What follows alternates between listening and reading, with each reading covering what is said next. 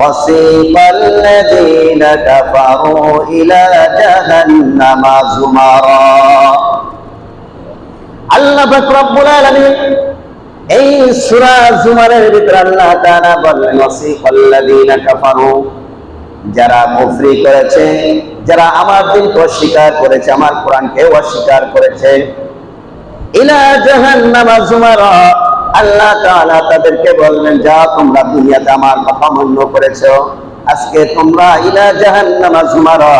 জুমারার দিকে তোমরা রওনা দাও, জাহান্নামের দিকে রওনা দাও। আল্লাহ তাআলা ফেরেশতাদেরকে ডেকে বলবেন, ও ফেরেশতারা, এই বান্দা নাফরমান বান্দা, আমি যখন তাদেরকে কোরআন দিয়েছিলাম, এই কোরআন দিয়ে তুমি চলবা, এই কোরআন তোমার সংবিধান বানাবা, এই কোরআন দিয়ে তোমার পরিবার চালাবা, রাষ্ট্র চালাবা, কিন্তু এরা রাজি নাই। তার সংবিধান তারা নিজের মতন বানিয়ে চলছিল, আল্লাহর কোরআন তাদের কাছে ভালো লাগে নাই, আল্লাহর কোরআনকে সংবিধান বানাবে সেটা তাদের কাছে ভালো লাগে নাই। আল্লাহ তাআলা বললেন ওয়াসিকাল্লাযীনা কাফারু ইলা জাহান্নাম যুমারা, যখন আমাকে পছন্দ করে নাই, আমার কোরআনকে পছন্দ করে নাই, আমি আল্লাহ পাক রব্বুল আলামিন বললাম আমি এই নাফরমানদেরকে আজকে কঠিন করে পছন্দ করব না, এদেরকে জাহান্নামের দিকে নিয়ে যাও।